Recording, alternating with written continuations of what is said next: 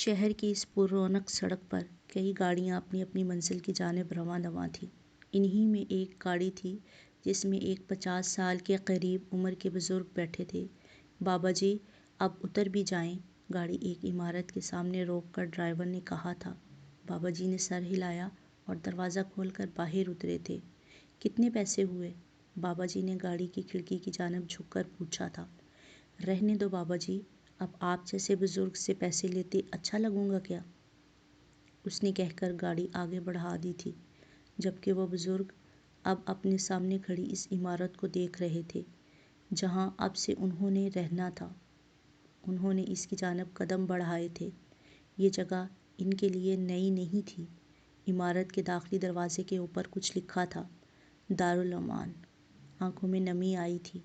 انہیں یاد آیا آج سے کچھ سال پہلے بھی وہ اس جگہ آئے تھے۔ مجھے یہاں مت چھوڑو بیٹا، میں یہاں کیسے رہوں گی؟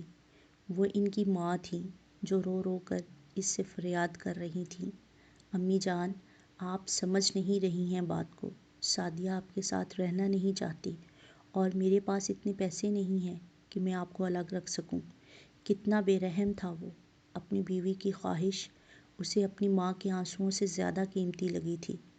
میں اسے کچھ نہیں کہوں گی بیٹا، بس مجھے اپنے آپ سے الگ مت کرو۔ وہ اس کے سامنے ہاتھ جوڑے کھڑی تھیں۔ معاف کر دوں اماں، میں روز روز کے ڈرامے نہیں برداشت کر سکتا اب۔ یہاں تمہیں کوئی مسئلہ نہیں ہوگا، آتا رہوں گا میں۔ وہ اپنی ماں کے پاس سے اٹھا تھا۔ ان کی ماں کی پکار نے دروازے تک ان کا پیچھا کیا تھا، مگر انہوں نے کچھ نہیں سنا تھا۔ اپنی ماں کو اس عمارت کے اندر چھوڑ کر وہ خود چلے گئے تھے، ہمیشہ کے لیے۔ آج اتنے سال بعد وہ دوبارہ اسی عمارت کے اندر موجود تھے، مگر آج وہ اس عمر میں تھے جس عمر میں وہ اپنی ماں کو چھوڑ کر گئے تھے۔ یادوں سے باہر نکل کر وہ ایک آدمی کی جانب گئے تھے۔ میرا کمرہ کہاں ہے؟ وہ اس آدمی سے پوچھ رہے تھے جو شاید یہاں کوئی کام کرتا تھا۔ آؤ بابا، تمہیں چھوڑ آتا ہوں۔ وہ اب اس کے پیچھے چل رہے تھے۔ ایک راہداری سے گزر کر 3 کمروں کے بعد چوتھے کمرے میں ان کا سامان رکھا گیا۔ انہوں نے دیکھا وہاں 3 پلنگ رکھے تھے۔ اس کے جانے کے بعد انہوں نے اپنا بیگ پلنگ پر رکھا تھا۔ اپنا بیگ کھول کر اس میں سے ایک البم نکالا تھا۔ یہ پہلی تصویر تھی جس میں وہ اپنے 5 سال کے بیٹے کے ساتھ کھیل رہے تھے۔ بے اختیار اپنا وقت یاد آیا تھا۔ امی، وہ روتے ہوئے اپنی ماں کو پکار رہا تھا۔ کیا ہوا؟ اس کی آواز سن کر وہ بھاگتی ہوئی کچن سے باہر آئی تھیں۔ مجھے چوٹ لگی ہے۔ اس نے اپنی کوہنی آگے کر کے اپنی چوٹ دکھائی تھی۔ ارے میرے بچے، ابھی ٹھیک کرتی ہوں میں اس کو۔ اور تھوڑی دیر بعد وہ اسے دوائی لگا رہی تھیں۔ انہیں اچانک ہی اپنی ٹانگوں میں درد محسوس ہوا تھا۔ البم سے نظر ہٹا کر اپنی ٹانگوں کو دبانے کے لیے جھکے تھے۔ اچانک ایک منظر آنکھوں کے سامنے آیا تھا۔ وہ پانی لینے کے لیے کچن میں آئے تھے۔ ٹانگوں میں شدید درد کی وجہ سے چلنا دشوار ہو رہا تھا۔ پانی کا گلاس لے کر وہ پلٹے تھے کہ پاؤں نیچے رکھی چوکی سے ٹکرایا تھا۔ گلاس ٹوٹنے کی آواز پر بہو کچن میں آئی تھی۔ یہ کیا کر دیا آپ نے؟ میرا نیا ڈنر سیٹ تھا یہ۔ بہو نے فوراً چلانا شروع کر دیا۔ کمرے میں بیٹھا بیٹا بھی باہر آیا۔ کیا ہوا؟ وہ بیوی کو چلاتا دیکھ کر پوچھ رہا تھا۔ میرا نیا ڈنر سیٹ تھا، یہ دیکھو بابا نے توڑ دیا۔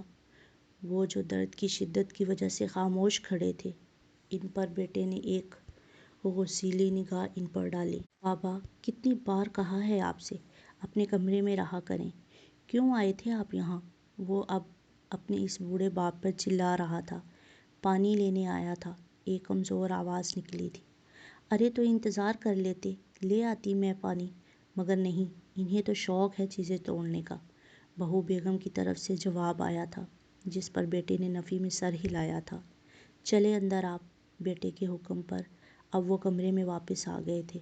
کھانا لینے آ جاؤ، اچانک ہی ایک آدمی نے آ کر کہا تھا، جس کی آواز انہیں حال میں واپس لے آئی تھی۔ اپنی ٹانگوں کا درد برداشت کرتے وہ کھانا لینے کے لیے پہنچے تھے، جہاں ان جیسے کئی لوگ موجود تھے۔ روٹی توڑ کر ایک نوالا منہ میں ڈالا تھا، مگر مسوڑھوں میں شدید درد کی وجہ سے ہی وہ یہ سخت روٹی نہیں کھا پا رہے تھے۔ درد کی شدت پر آنکھوں سے آنسو نکل رہے تھے۔ اچانک ہی انہیں اپنی ماں یاد آئی تھی۔ وہ دونوں میاں بیوی ہوٹل سے کھانا کھا کر گھر آئے تھے۔ صحن میں رکھی چارپائی پر بیٹھی ان کی ماں نے بہو سے روٹی بنانے کے لیے کہا تھا۔ اماں، روٹی بنا کر تو گئی تھی میں۔ بیگم نے اماں کے سامنے کھڑے کھڑے ہی جواب دیا تھا۔ مسوڑھوں میں درد ہے بہت، سخت روٹی نہیں کھائی جاتی، مجھے تازہ نرم روٹی بنا دو۔ اماں کی بات پر بیگم کے تاثرات بدلے تھے۔ دیکھ رہی ہیں آپ میں باہر سے تھک کر آئی ہوں اور اب آپ کی ماں کو تازہ روٹیاں کھانی ہیں۔ بیگم کا رخ اب ان کی طرف مڑا تھا۔ اماں، کیا ہو گیا ہے؟ اب اتنی بھی سخت روٹی نہیں ہے کہ کھائی نہ جائے۔ اس کی بات سن کر ماں چپ ہو گئی تھی۔ اسے یاد آیا اس دن اماں نے بھی سخت روٹی کھائی تھی، انہیں بھی اتنا ہی درد ہوا ہوگا۔ کئی آنسو تھے جو آنکھوں سے نکل کر بہے تھے۔ کھانا کھا لینے کے بعد وہ باہر لان کی جانب آئے تھے۔ ایک بینچ پر بیٹھ کر انہوں نے وہ البم دوبارہ کھولا تھا۔ یہ ان کے بیٹے اور بہو کی تصویر تھی۔ وہ اپنے بیٹے کی پسند سے ہی بہو لائے تھے۔ بیٹے کی ہر خواہش پوری کرنا تو جیسے انہیں مطمئن کر دیتا تھا۔ انہیں یاد آیا آج سے 1 ہفتے پہلے جب بدلتے موسم کی وجہ سے ان کا گلا خراب اور بخار ہوا تھا تو بہو نے انہیں ایک دوائی گھر سے ہی لا کر دی تھی، مگر اس سے آرام نہیں آیا تھا۔ وہ بیٹے کے پاس اتنا وقت نہیں تھا کہ وہ انہیں ڈاکٹر کے پاس لے کر جاتا۔ اس رات کھانسی کی شدت میں اضافہ ہوا تھا۔ وہ باہر صحن میں رکھی چارپائی پر لیٹے تھے۔ بہو اور بیٹا اپنے کمرے میں تھے جب اچانک ہی انہیں کھانسی شروع ہوئی تھی۔ مسلسل کھانسنے کی وجہ سے انہیں سانس لینے میں بھی دشواری ہو رہی تھی۔ اف، کیا مسئلہ ہے؟ کیوں اتنا شور کر رہے ہیں؟ سکون سے سو بھی نہیں سکتا کوئی یہاں۔ یہ ان کا بیٹا تھا جو کمرے سے باہر نکل کر چلایا تھا۔ کھانسی ہے بہت، مجھے پانی دے دو۔ اپنی کھانسی کے درمیان بہت مشکل سے یہ لفظ ادا کیے تھے۔ آپ بھی نہ بابا، کھانسی تھی تو کوئی دوائی پی لیتے۔ ضروری تھا کیا پوری رات کھانس کر دوسروں کی نیند خراب کرنا؟ پانی کا گلاس دیتے ہوئے اس نے کہا تھا۔ بہو نے دی تھی دوائی مگر اثر نہیں ہوا۔ پانی پینے کے بعد انہوں نے جواب دیا تھا، تو ڈاکٹر کے پاس چلے جاتے، یہی پاس میں ہی تو ہے۔ وہ اسی اکتائے ہوئے لہجے میں کہہ رہا تھا۔ ٹانگوں میں بہت درد ہے، انہوں نے ایک اور مجبوری بیان کی تھی۔ تو اس کے لیے بھی لے لیتے دوائی۔ میرے پاس اب اتنا ٹائم تھوڑی ہوتا ہے کہ میں کام سے آ کر ڈاکٹروں کے چکر لگاؤں۔ سکون سے سو جائیں اب پلیز۔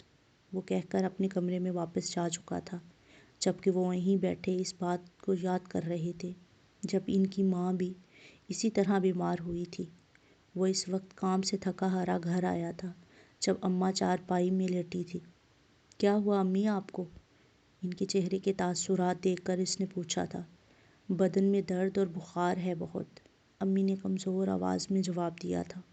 تو کوئی دوائی لے لیتی نا؟ لی تھی دوائی، ڈاکٹر کے پاس جانا ہوگا، مگر ابھی تو میں امی کی طرف جانا ہے۔ بیگم کی جانب سے جواب آیا۔ ہاں، میں آ کر آپ کو لے جاؤں گا اماں، وہ کہہ کر کھڑا ہوا تھا۔ امی سے جواب لینے کی ضرورت محسوس نہیں ہوئی تھی۔ اس کے بعد جانے کتنے دن تک وہ بخار میں تپتی رہی تھیں، مگر اس کے پاس اتنا وقت نہیں تھا کہ وہ انہیں ڈاکٹر کے پاس لے جاتا۔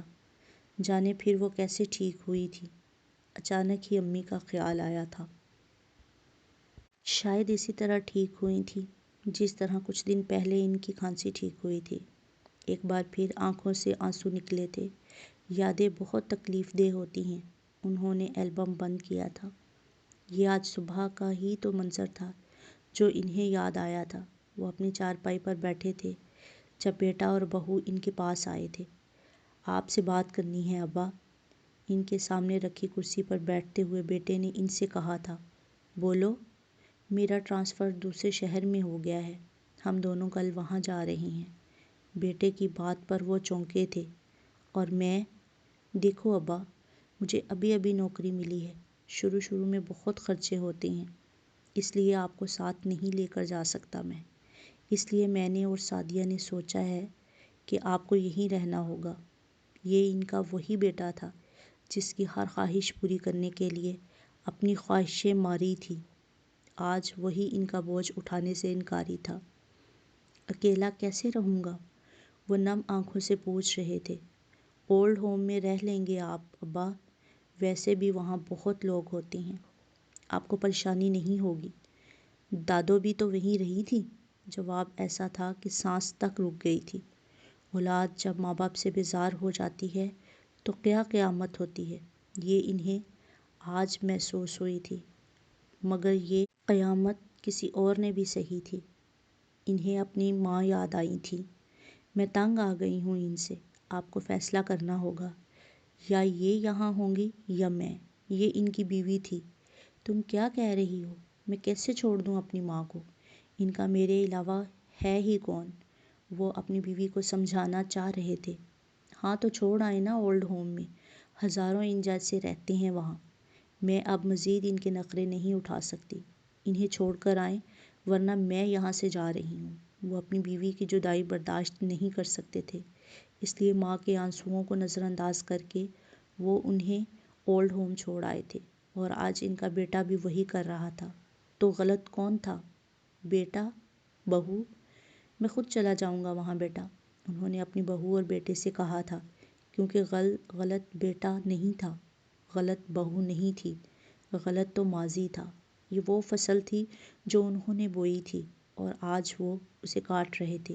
یہ مکافات عمل تھا جو انہیں وہاں لے آیا جہاں کچھ سالوں پہلے وہ اپنی ماں کو چھوڑ کر